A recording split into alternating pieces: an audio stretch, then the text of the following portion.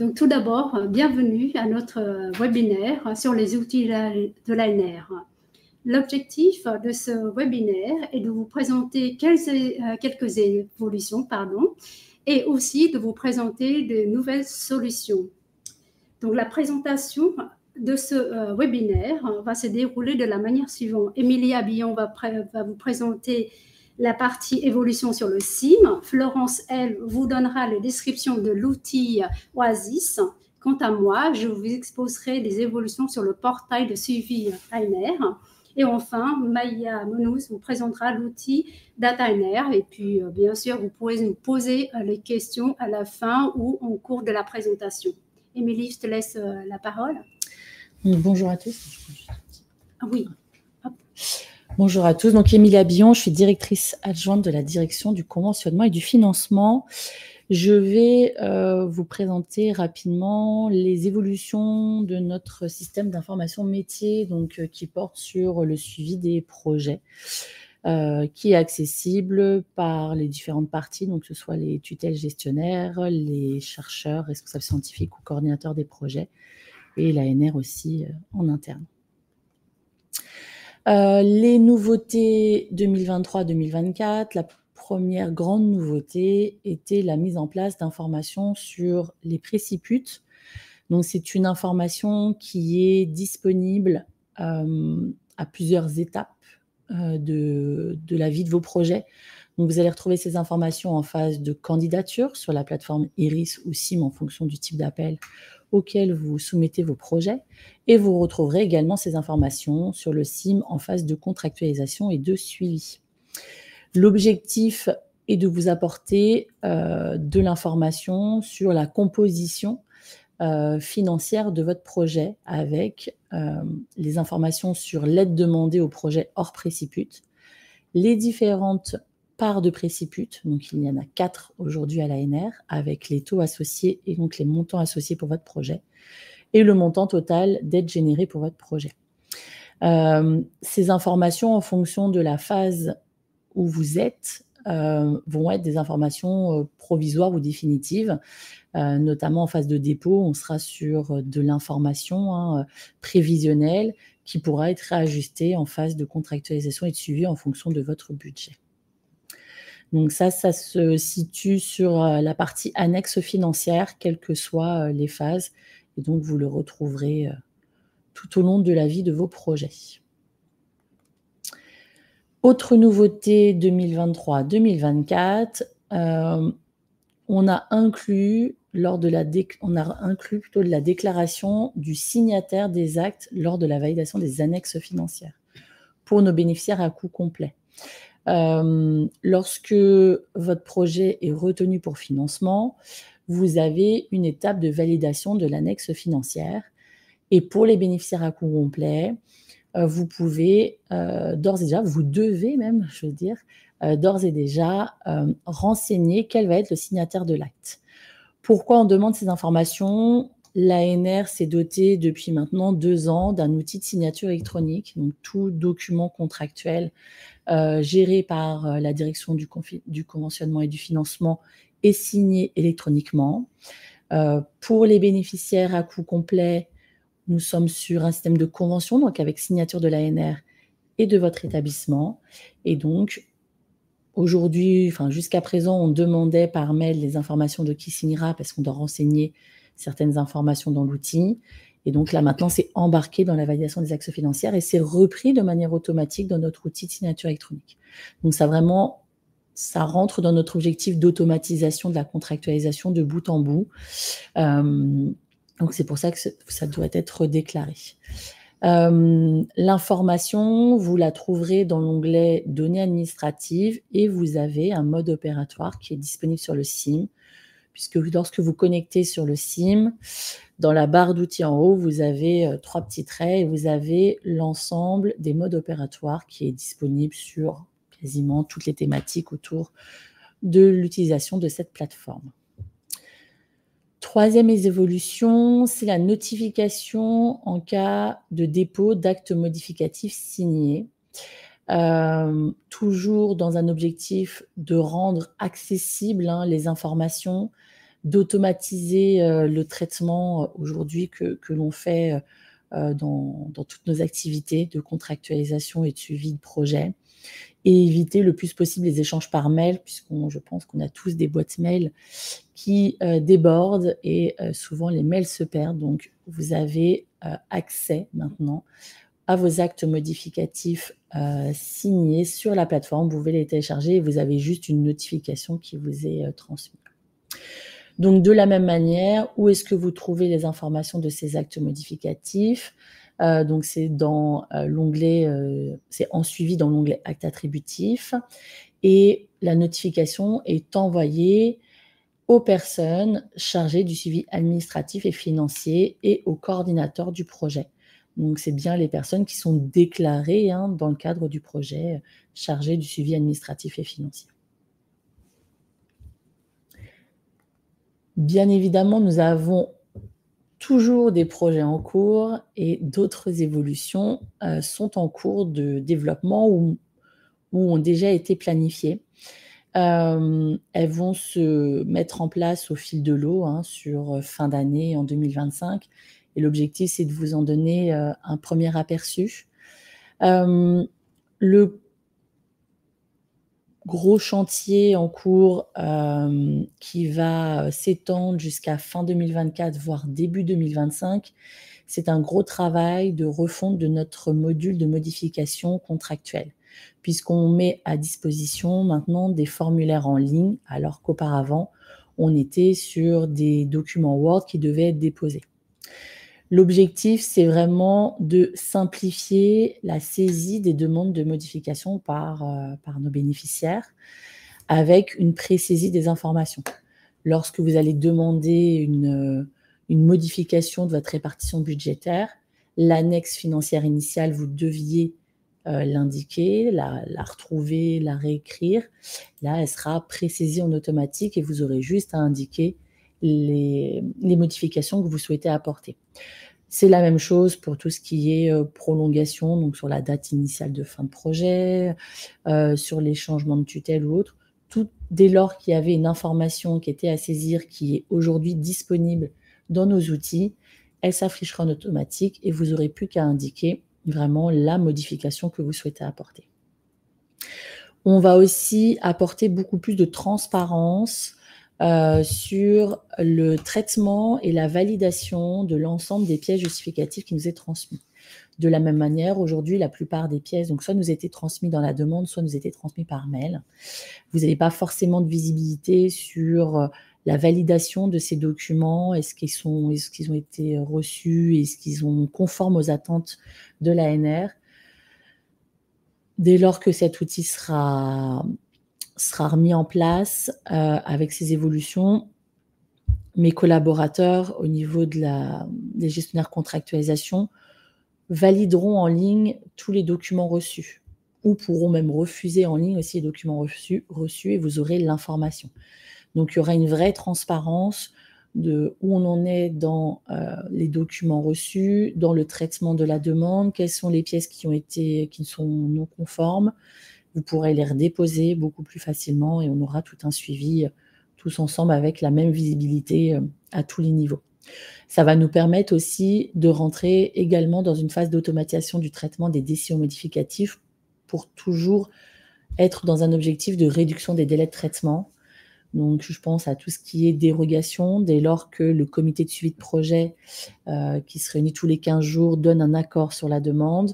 Et dès la sortie, la décision sera faite de manière automatique, en tout cas quand on est sur des décisions simples, lorsqu'on est sur des changements de tutelle ou autre et qu'il y a besoin de valider des pièces justificatives, on rentrera dans le process que je vous ai indiqué juste avant. Ces formulaires seront au même endroit qu'aujourd'hui. C'est juste que lorsque vous cliquez sur le formulaire, ça sera un formulaire en ligne plutôt que le téléchargement d'une pièce. Et comme je vous disais, les évolutions sont en cours. Donc, il y a des choses qui sont déjà livrées dès le mois d'octobre. Et ça se fera étape par étape pour l'ensemble des formulaires de modification contractuelle.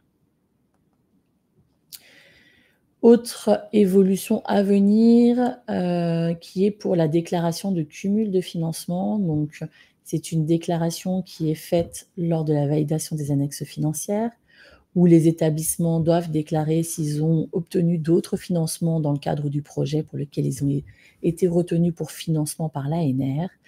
Et donc, toujours dans cette démarche d'amélioration continue, cette déclaration est une déclaration évolutive où les établissements et les bénéficiaires devaient faire des déclarations actualisées de manière régulière en fonction de si vous avez obtenu de nouveaux financements. Les formulaires d'actualisation étaient également des documents Word à remplir. Et donc là, on va passer sous une forme de formulaire également dans le module de modification contractuelle. Et donc, avec tous ces atouts, puisqu'il y aura une historisation des différentes déclarations faites. Vous pourrez voir les déclarations initiales, les modifications que vous apportez. Ça sera implémenté directement sur le SIM. Donc, voilà, il n'y aura plus d'action manuelle de transmission à faire à l'ANR. Tout ce qui est historique sera archivé, donc tout ce qui est demande sera dans le module modification contractuelle, tout ce qui est historique sera archivé dans le suivi administratif et financier des projets. Et de la même manière, c'est une évolution qui courra normalement, qui sera mise en place fin 2024 en tout cas pour les formulaires, et pour toute la partie historisation et accès dans le suivi administratif et financier, on sera plutôt aux alentours de début 2025.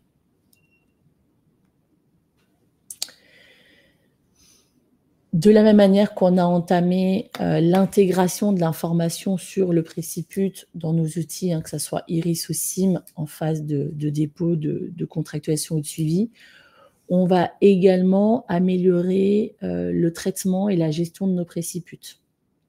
Aujourd'hui, le préciput, en tout cas pour les parts hébergeurs et sites, qui ne sont pas des parts intégrées à l'aide allouée des projets, sont traités manuellement par ma direction. Les actes attributifs sont envoyés par mail. Il n'y a aucun espace dans le SIM dédié à ces préciputs hébergeants et sites. L'objectif, c'est d'inclure du coup ces informations dans notre système d'information métier pour qu'elles soient accessibles aux établissements qui ont été déclarés hébergeants.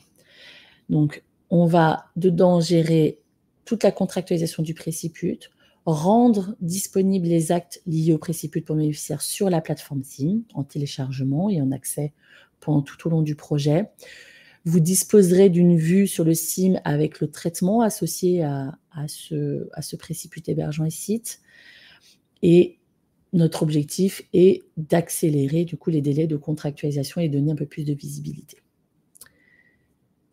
Où on trouvera cette information, donc il y aura également, comme aujourd'hui pour les projets, une phase de contractualisation, une phase de suivi.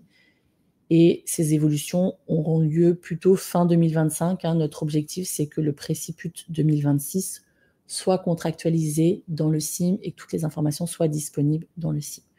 Donc ça va être notre gros travail, notre gros chantier de 2025 sur l'évolution du SIM côté contractualisation et suivi financier.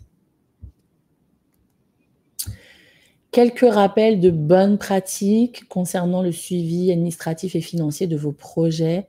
Il est important que chaque établissement puisse désigner un gestionnaire des correspondants tutelles. Tout ce qui est attrait aux habilitations sur cette plateforme sont gérés en autonomie par les établissements. Et donc, en déclarant un gestionnaire correspondant tutelle, cette personne aura la possibilité de créer des nouveaux comptes tutelle, de gérer les droits et habilitations de ses correspondants, puisque tout accès sur la plateforme va être segmenté par thématique et donc on donnera des accès à certaines personnes et pas à d'autres. Donc, toute cette gestion est faite au sein des établissements et donc il faut absolument que chaque établissement puisse désigner ce gestionnaire des correspondants tutelle. Donc, pensez-y, si vous avez des questions, si vous souhaitez déclarer un gestionnaire correspondant tutelle, n'hésitez pas à nous contacter au niveau de la direction du conventionnement et du financement et on pourra vous accompagner sur le sujet. Il est aussi important de se référer à votre trinôme de correspondants tout au long des projets, puisque dans le cadre de chaque projet, vous avez un chargé de projet scientifique, un gestionnaire contractualisation et un gestionnaire financier qui est dédié au projet. Et donc, toutes les questions qui sont liées à la vie de votre projet, quelle que soit la phase. Ces personnes sont là pour vous accompagner. Donc, que ce soit en dépôt de projet, que ce soit en financement, que ce soit en suivi, ces personnes sont disponibles pour répondre à toutes vos questions. Et surtout, il est important de les informer pour tout changement impactant votre projet. Voilà, pour qu'on puisse être au courant, s'archiver l'information et le prendre en compte dans le cadre du suivi des projets. On vous a mis le petit lien pour consulter justement les modes opératoires, la petite zone de téléchargement que je vous avais indiqué juste avant.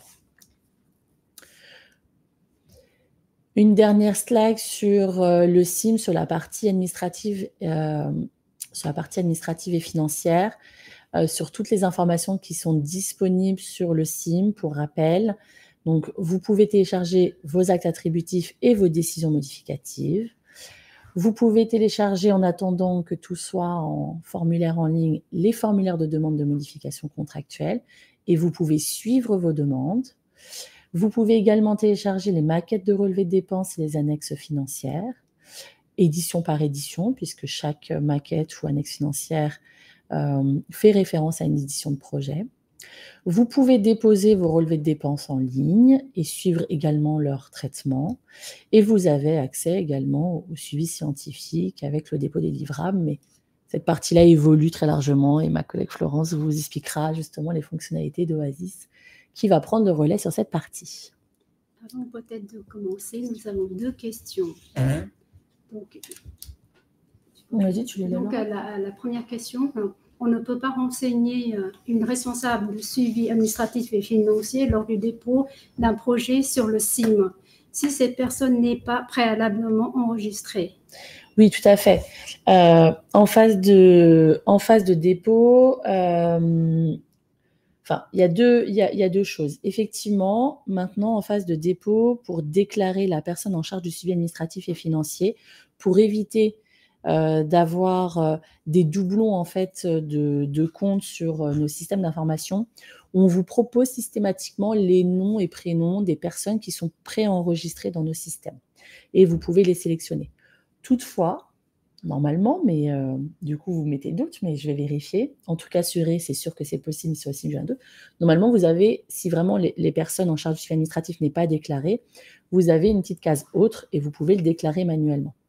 Si toutefois, ce n'est pas disponible, vous pouvez tout à fait nous envoyer un mail. Je vous mettrai le mail dans le chat, sim.dcf, avec les informations de création de compte que vous souhaitez. On pourra tout à fait vous créer votre compte, même en phase de dépôt de projet. On pourra le créer et après 24 heures de délai pour que ça se charge dans le système, vous aurez accès pour pouvoir l'intégrer. Alors, deuxième question, c'est ce gestionnaire des correspondants tutelle, mais je ne savais pas qu'il pouvait y avoir plusieurs comptes tutelle. Ils ont le même rôle. Les questions, est-ce que les deux ont le même rôle? Alors, oui, si au sein de votre établissement, après, vous pouvez désigner plusieurs personnes pour le même rôle. Et en tout cas, dès lors que vous attribuez un rôle, les habilitations seront les mêmes pour toutes ces personnes qui ont ce rôle-là. Donc, si c'est un correspondant tutelle, oui, s'il y a plusieurs correspondants tutelle, ils ont tous le même rôle, ils auront tous accès à l'ensemble des projets dans le rôle attribué. Donc ça, oui. Après, c'est vous vraiment qui faites les habilitations. Si vous préférez qu'il n'y ait qu'une seule référent dans ce cas-là, c'est à vous de mettre d'accord sur qui doit avoir ce rôle-là. Mais en tout cas, tous les rôles sont, entre guillemets, en illimité chez vous en termes d'affectation. C'est vraiment vous qui avez la main pour votre organisation. Pas d'autres questions sur le site? Si jamais vous avez des questions par la suite, on pourra revenir dessus. N'hésitez pas. J'envoie le lien pour la DCF Anneli. Ça te va? C'est bien, c'est simdcf, agence recherche.fr. Je vais regarder. Oui, je crois que c'est ça. Bonjour à tous et à toutes. Donc moi, je suis Florence Selft, chef de projet sur l'outil Oasis, donc qui est déployé depuis le printemps dernier sur les projets de l'appel à projet générique.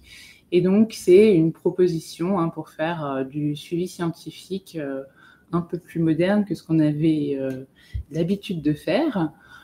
Donc, le grand principe d'Oasis, c'est que c'est une façon de renseigner les avancées de votre projet pas à pas. Donc, c'est ouvert pour les projets qui sont financés par l'ANR. Et il propose des fiches à compléter en ligne, et ça dès le début du projet. Donc, dès que les travaux ont commencé, vous avez à disposition deux fiches. Une fiche qui va correspondre au suivi scientifique.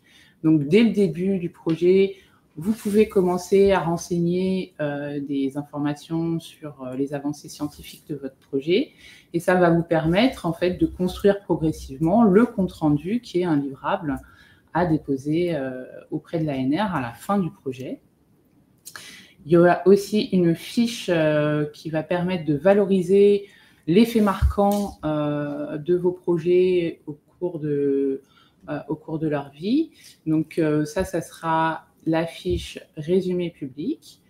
Et enfin, grâce à cet outil, vous pouvez aussi contribuer aux missions de l'ANR concernant le bilan impact du financement de la recherche sur projet, puisque nous, ça va nous permettre aussi de avoir les évolutions des projets en cours de vie et pas que à la fin du projet. L'outil s'inscrit dans une démarche de simplification, dites-le nous une fois. Il est alimenté automatiquement par des sources externes. Donc aujourd'hui, vous allez avoir dans vos fiches Oasis des données qui sont remplies automatiquement depuis notre plateforme SIM, avec des données administratives de vos projets qui sont mises à jour régulièrement. Et aussi, vous allez avoir toutes les productions que vous avez signalées, déposées dans HAL et qui sont liées à la métadonnée financeur ANR avec le code du projet. Et ça, vous allez les retrouver donc automatiquement dans vos fiches Oasis. À venir, on va lancer les développements dans très très peu de temps pour pouvoir nous brancher sur l'outil DMP Opidor pour récupérer les données qui ont été saisies concernant les plans de gestion des données. Donc ça, du coup, dans Oasis, vous aurez une visualisation des données saisies dans DMP Opidor en choisissant donc une trame structurée pour votre plan de gestion de données et avec le lien, encore une fois, avec le code projet. De la même manière, tous les jeux de données qui vont être signalés dans recherche-data.gouv et liés au projet vont pouvoir être visualisés dans Oasis. On a plusieurs profils utilisateurs qui peuvent se connecter à Oasis. Donc, ces rôles, ils sont pilotés depuis le SIM. Cet outil est destiné principalement aux responsables scientifiques de projet, qu'ils soient coordinateurs ou partenaires. Et sur les différentes fiches qui sont à disposition, le rôle coordinateur a tous les droits d'édition. Et les responsables scientifiques des partenaires vont pouvoir aussi contribuer et saisir des informations sur les résultats de leurs tâches, mais aussi indiquer les recrutements ou les productions qui sont en cours de préparation. Et vous voyez qu'on a un troisième profil qui est le chargé de projet scientifique de l'ANR, qui lui pourra avoir une visibilité comme ça tout au long du projet sur vos avancées et va pouvoir aussi accéder à la fiche résumée qui, là, pour le coup, est vraiment à la responsabilité du coordinateur pour éventuellement corriger quelques coquilles avant publication sur le site de l'ANR. Il y a possibilité aussi d'avoir d'autres actions que juste saisir des informations dans Oasis. Toutes les fiches et pour tous les profils sont exportables en local, donc on peut exporter toutes les informations qui ont été saisies dans une fiche Oasis dans notre ordinateur. Et vous voyez que le profil coordinateur va avoir des actions supplémentaires à savoir qu'il va pouvoir soumettre donc, son compte-rendu, le compte-rendu du projet en fin de projet pour l'appel à projet spécifique, générique, pardon. Et ça qui va du coup appeler le ou la chargée de projet scientifique à valider ce compte-rendu pour pouvoir être exporté directement, automatiquement, sur la plateforme SIM en tant que livrable final du projet. De la même manière, le résumé est à la main du coordinateur. Une fois qu'il est satisfait, il peut valider et le ou la chargée de projet scientifique derrière va valider pour que automatiquement le résumé soit mis à jour sur le site de l'ANR. Pour l'instant, OASIS est donc un outil de reporting scientifique. Sa vocation est de remplacer l'ancienne Tramworld qu'on proposait aux projets pour leur compte-rendu. Donc, c'est une façon de faire un reporting au fil de l'eau et pas à un instant T à la fin du projet, et de remplacer aussi du coup l'onglet résumé qui était largement sous-utilisé sur le SIM et auquel on essaye de donner un petit peu plus de visibilité pour faciliter la valorisation du projet auprès du grand public. En revanche, ce qu'on ne peut pas faire avec OASIS, ça va être des choses qui sont toujours sur le SIM. Par exemple, déposer un accord de consortium. Les demandes de modification aussi, il faut passer par le SIM. La visualisation des données administratives et financières est beaucoup plus complète sur le SIM, et il y a des actions qui sont associées qui resteront de toute façon sur le SIM. Et ce qu'on ne peut pas encore faire à l'heure d'aujourd'hui, mais qui va arriver assez prochainement, c'est de visualiser et soumettre le plan de gestion des données, qui est un livrable scientifique aussi qu'on demande à nos bénéficiaires. En complément d'information, l'utilisation de ce nouvel outil est fortement recommandée, mais elle n'est pas obligatoire. Pour l'instant, il y a aussi pas tous les appels à projets qui sont concernés. Pour l'instant, OASIS est ouvert donc au projet en suivi de l'appel à projet générique, de l'appel à projet chlordécone et écophytomaturation. Donc, progressivement, vos chargés de projet scientifiques pour les appels spécifiques vous préviendront quand ça sera ouvert. La rédaction des fiches se fait en français ou en anglais, il n'y a absolument aucune obligation. Le compte-rendu, la fiche compte-rendu est confidentielle. C'est une utilisation, une exploitation des données qui sont renseignées uniquement par l'ANR et éventuellement par un cofinanceur, s'il y en a. A contrario, le résumé, la fiche résumé est publique et est visible sur le site de l'ANR. Enfin, OASIS est en constante évolution. Donc, si vous avez des retours d'expérience à nous faire parvenir, ils sont évidemment les bienvenus pour pouvoir améliorer l'outil.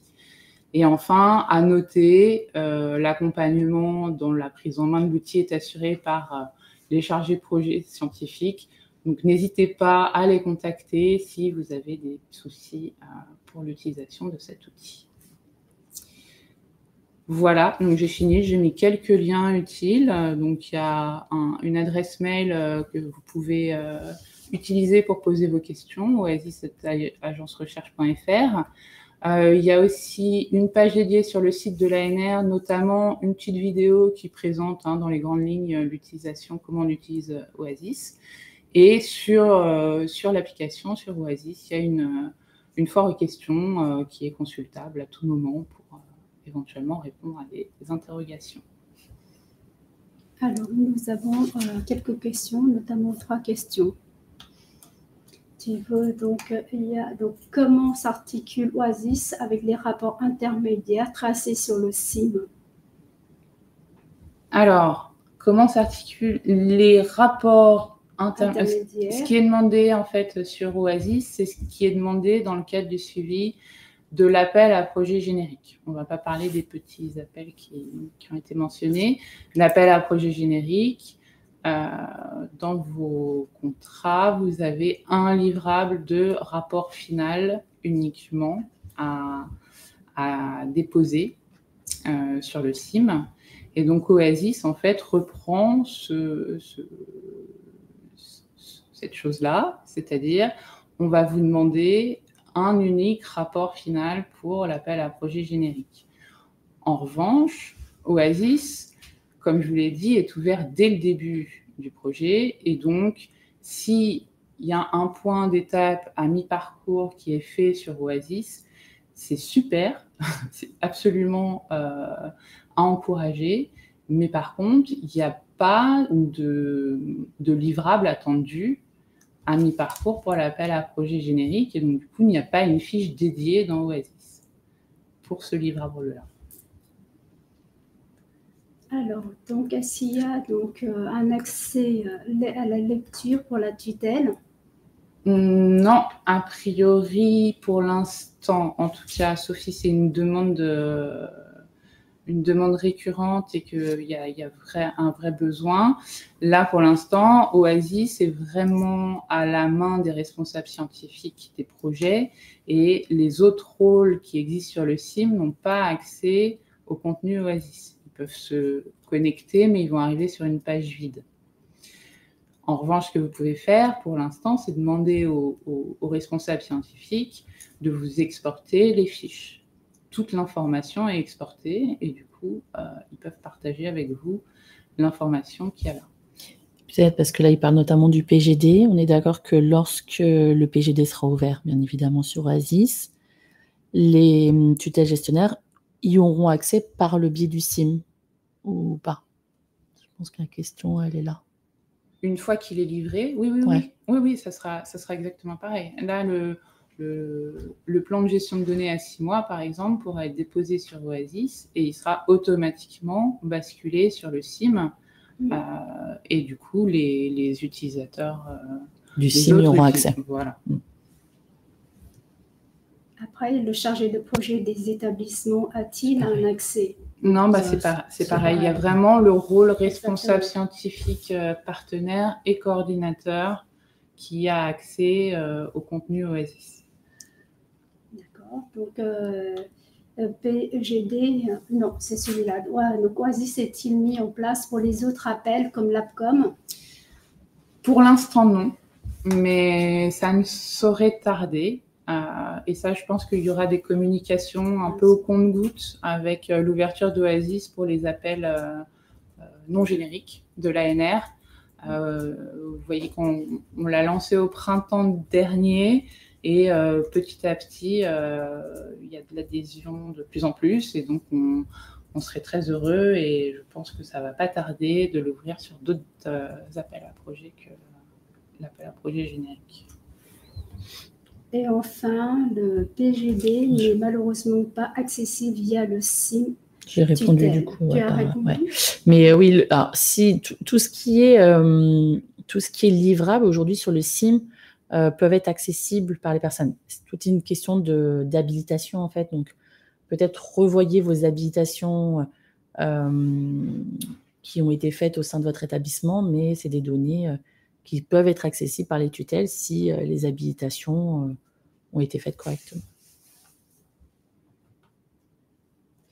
On n'a plus de questions, donc merci.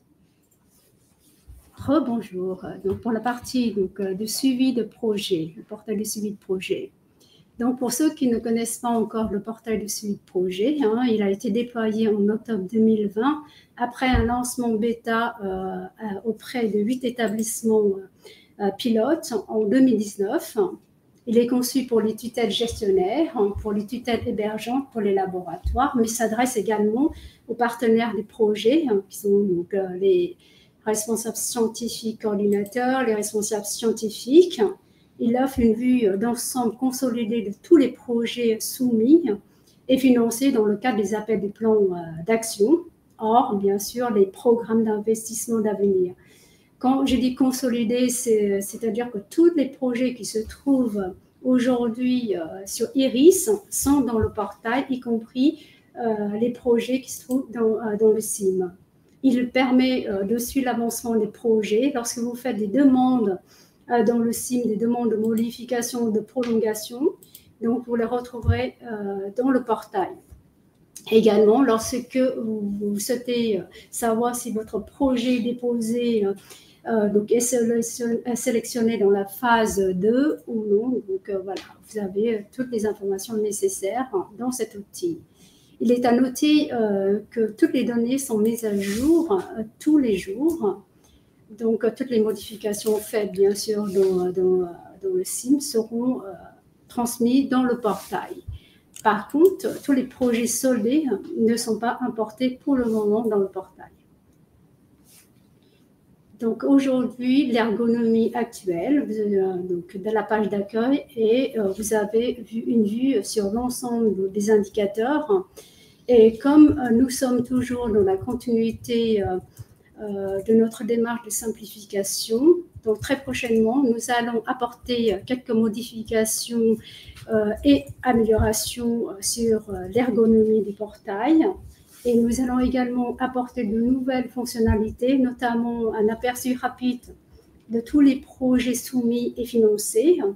Vous aurez également donc, la liste des projets en tant que tutelle hébergeante avec la visibilité sur les paiements des préciputes. Cette partie-là est pour les tutelles gestionnaires. Siège. Vous aurez également une vue détaillée de la répartition de financement demandé par le projet, notamment la part gestionnaire, laboratoire, hébergeur et site. Vous aurez là, donc, très prochainement, l'accès à tous les livrables scientifiques, livrables administratifs, notamment les relevés des dépenses, l'accord de consortium et les plans de gestion des données. Vous aurez donc également un accès rapide à tout, donc, à toutes les données donc, par les exports sur tous les indicateurs et toutes les pages que vous verrez. Je vais vous faire une démonstration par la suite. Vous aurez également un accès au formulaire pour faire des demandes adressées à l'ANR avec un suivi de vos demandes via le portail. Vous aurez également un accès donc, à tous nos outils ANR directement depuis le projet. Donc, bien sûr, cette modification et amélioration vise à rendre l'utilisation plus fluide et plus intuitive, en offrant une meilleure visibilité sur les données. On a prévu normalement un déploiement entre novembre et décembre de cette année. Voici donc un aperçu rapide donc, de la version 2 du portail de suivi.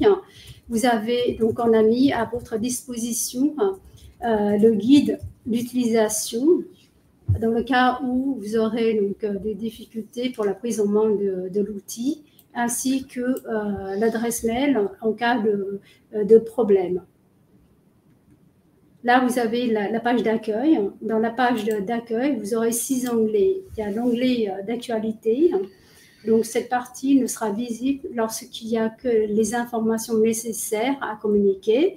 Ensuite, vous avez tout ce qui est recherche projet, projet déposé, projet financé, lien utile et le formulaire.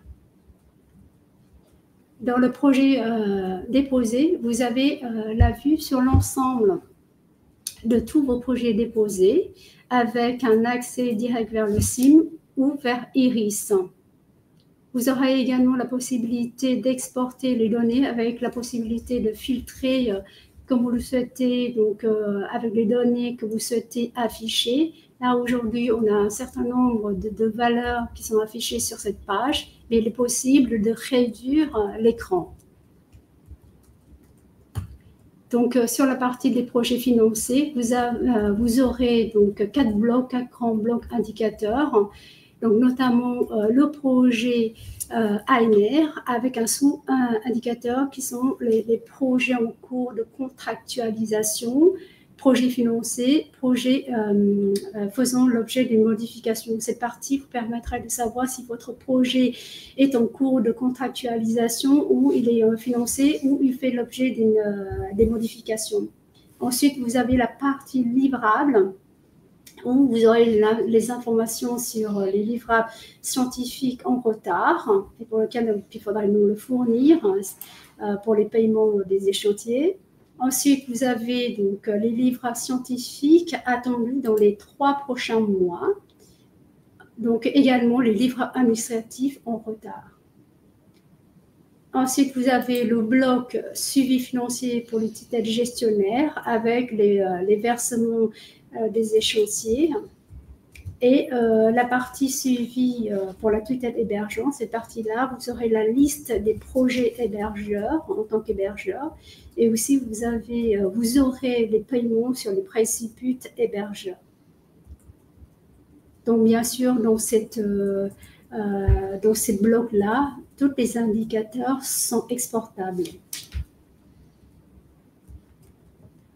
Là, la fiche de projet, donc, avec les informations synthétiques des projets.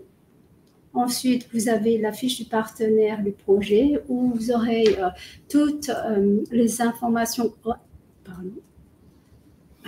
Toutes les informations liées aux partenaires, notamment les partenaires du consortium. Vous voyez, donc, les partenaires, vous avez la possibilité aussi d'accéder au suivi financier. Pareil, vous avez aussi la possibilité d'exporter les données. Vous aurez également la vision sur les livrables scientifiques et des modifications des projets. N'hésitez pas, si je vais assez vite ou trop vite, n'hésitez pas à me le faire savoir. Et ensuite, vous avez la fiche des partenaires. Dans la fiche des partenaires, lorsque vous cliquez sur l'œil, donc vous allez directement sur ce qu'on appelle ça, donc les données financières et administratives, pour lesquelles vous aurez une vision sur les postes de dépenses, sur les répartitions du financement, sur le suivi des échéanciers, ainsi que le suivi des livrables administratifs.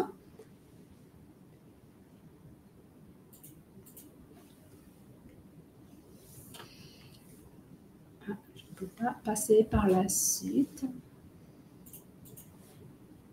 Voilà, donc là, vous aurez donc, sur cette partie-là, sur l'onglet portail, donc le lien, nous mettons à votre disposition les liens utiles vers les autres outils de l'ANR, notamment Oasis, Iris, SIM, et aussi d'autres documents de référence comme le règlement financier, les facts, etc. Le formulaire, donc sur la partie formulaire, lorsque vous avez des questions donc, à adresser à l'ANR, vous pouvez aller sur le formulaire et nous adresser votre demande via ce formulaire. Et ensuite, vous aurez le suivi de toutes vos demandes adressées à l'ANR. Voilà, donc je laisse... Une question, enfin 2 questions, mais qui sont... Et une 3e qui vient d'arriver. D'accord. Je vais la poser. Quelle est la différence entre ce portail et le SIM?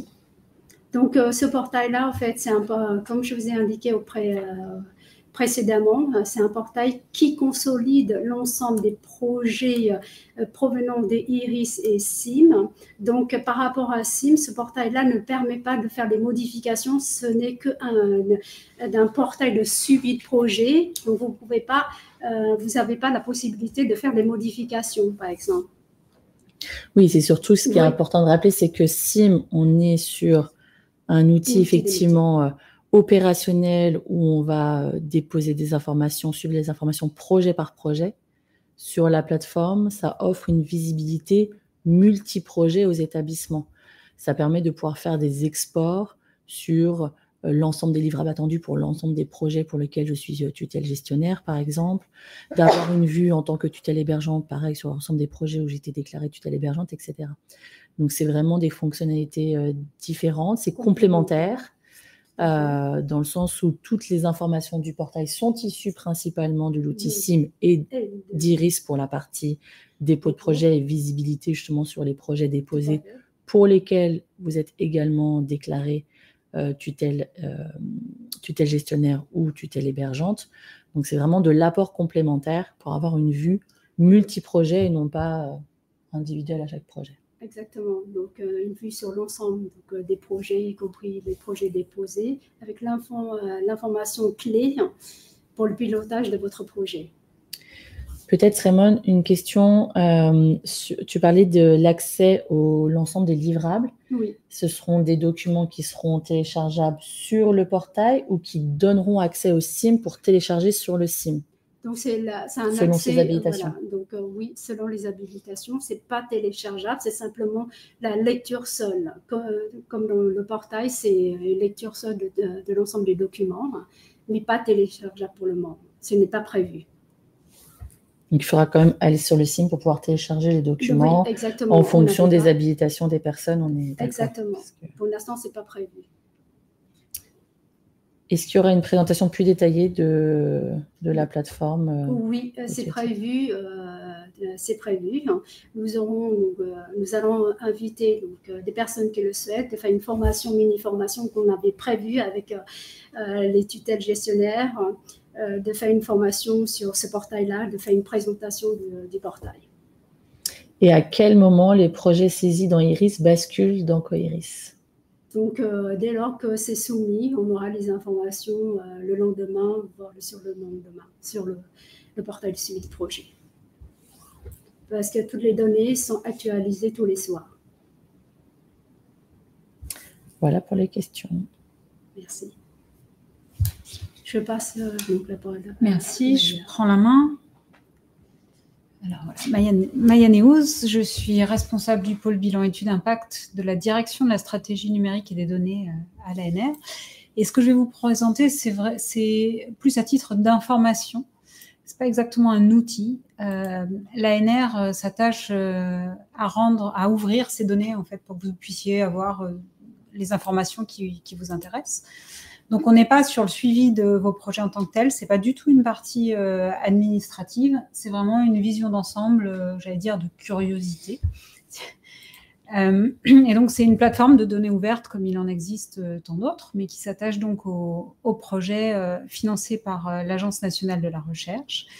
Cette plateforme a été déployée au printemps dernier, donc va évidemment s'enrichir au fur et à mesure. On ne trouve pas encore toutes les données de financement.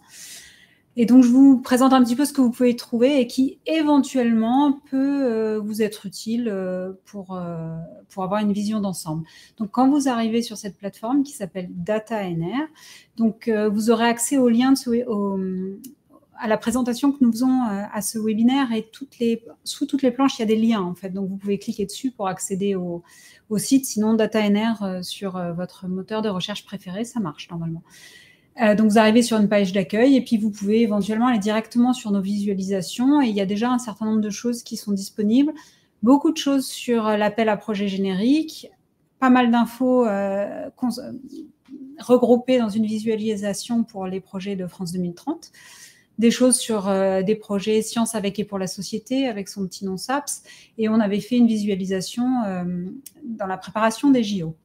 Donc là, vous pouvez ensuite aller sélectionner ces visualisations et vous balader dessus en filtrant. Alors, j'ai choisi de vous en montrer deux.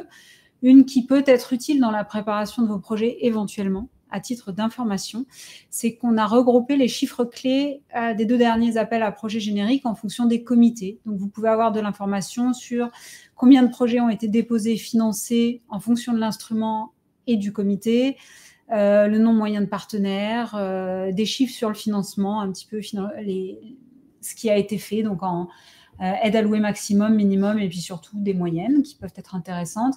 Alors, je vous présente ça rapidement. Vous y avez accès, c'est public. Lors des webinaires thématiques qui vont avoir lieu, tout ça sera commenté par les personnes en charge des comités, donc ça sera beaucoup plus riche.